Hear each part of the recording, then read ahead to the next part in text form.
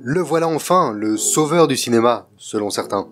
Ouais bon, dans ma salle on était 20, dont 2 qui sont arrivés après plus d'une demi-heure de film, donc c'était pas la folie non plus. Hein. On est mercredi soir et j'ai enfin vu Tenet.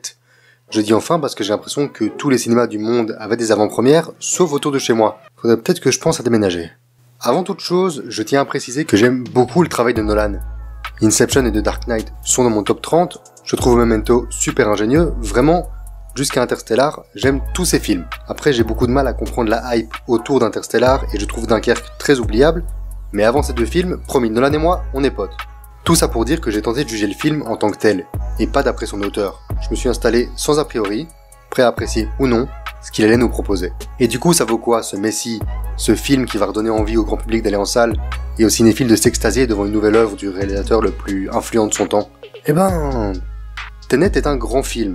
Intense, magistral, impressionnant, révolutionnaire même. Dans sa dernière demi-heure. Vraiment, cette scène d'action finale est incroyable, archi maîtrisée, avec ces 2 temporalités qui coexistent dans le même plan, tout en restant parfaitement lisible, c'est du grand art. Et c'est de loin la meilleure séquence d'action du cinéma nolanien, en tout cas au niveau de la mise en scène. Maintenant, pour ce qui est du reste, c'est un peu moins fou. Nolan a toujours voulu faire un James Bond. Ça a été dit et répété. Malheureusement pour lui, impossible d'entrer dans le moule, très codifié, de la série de films de l'agence 007. Du coup, il s'est dit qu'il allait faire son propre James Bond. Et c'est pas mal, hein. Ça commence avec une scène super impressionnante, puis il y a l'explication de sa mission principale, il reçoit des outils spécifiques pour sa mission, rencontre un intermédiaire cool avec qui il va faire équipe, tout y passe. Le méchant à l'accent russe à couper au couteau, sa jolie femme, les costumes, les poursuites en voiture, les passages à Londres, et le plan pour détruire le monde. La seule différence avec un film d'espionnage basique, classique, c'est le gimmick et l'arme du méchant, qui ont un rapport avec le temps, l'inversion de l'entropie. Le principe d'entropie est directement lié à la flèche du temps, une conséquence de l'expansion de l'univers. Mais contrairement à un James Bond, il y a beaucoup moins de dépaysement, alors oui on voyage mais en général on reste en ville, moins de charme, et surtout presque pas d'humour. On est chez Nolan, donc on se prend très au sérieux. Aucun flegme britannique, sauf celui du légendaire Michael Caine, bien sûr. Et je vois beaucoup de gens dire que c'est un film hyper complexe, impossible à comprendre sans l'avoir vu 3 fois. Et... sérieux?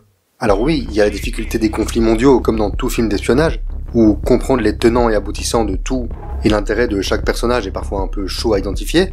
Puis évidemment ici, il y a aussi l'idée de la temporalité inversée qui peut faire tourner la tête.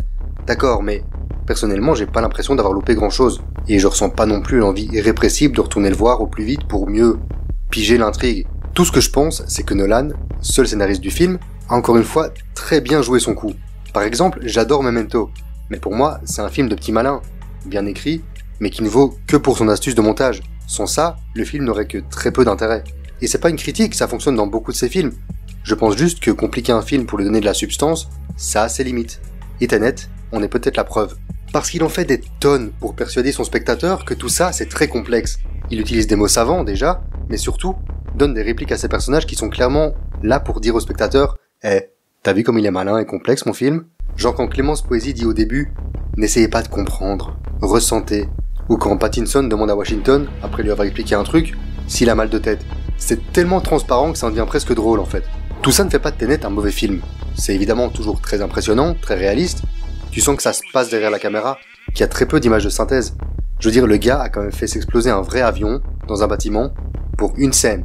Et tout ça est bien aidé par la photographie du chef-op avec le meilleur nom du monde, Hoyt van Hoytema. Surtout sur ses plans larges, majestueux. Le duo d'acteurs crève l'écran. John David, fils de Denzel Washington, a un charisme à toute épreuve, et une facilité de mouvement dans ses scènes de combat qui m'a marqué, et Robert futur Batman Pattinson est de loin le personnage le plus sympa et intéressant du film. Même Kenneth Branagh, avec un faux accent russe, est bon, même s'il tombe parfois dans le cabotinage ridicule. Puis il y a Elizabeth Debicki, qui est là pour apporter la touche d'émotion à un récit qui en manque cruellement. Et ça a pas forcément marché sur moi. Je suis resté très loin du long métrage, je n'ai jamais pensé que qui que ce soit était réellement en danger. Et pire que ça, j'en avais pas grand chose à faire en fait. Ah oui, mais en même temps, quand t'appelles ton personnage principal le protagoniste, faut pas t'attendre à ce qu'on s'y attache non plus. Un autre problème que j'ai avec Tenet, c'est que j'ai jamais été surpris.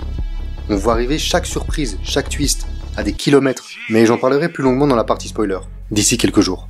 La musique quant à elle, élément très important du cinéma de Nolan, en général, est ici plutôt discrète, jamais vraiment mémorable, mais au service de son film avec quelques sonorités subtiles, rappelant l'inversion du temps. Donc vous l'aurez compris, Tenet ne sera pas mon film de l'année, mais ne serait-ce que pour quelques scènes d'action absolument monstrueuses, le final principalement qui fait des choses que j'avais encore jamais vues au cinéma, mais aussi la scène de l'autoroute ou l'ouverture, allez le voir en salle. J'y retournerai sans doute une fois, pour soutenir mon cinéma de quartier déjà, et pour pouvoir en parler plus précisément quand j'aborderai les spoilers, sûrement dans l'un des prochains hebdos. Et vous avez pensé quoi de Tenet? Film de l'année? Escroquerie? Chef-d'œuvre intemporel? Déjà culte? Dites-moi tout dans les commentaires, je serai ravi d'en débattre avec vous. Allez, cette fois c'est sûr, à ce week-end, pour le Cinépop sur Léon. Ciao!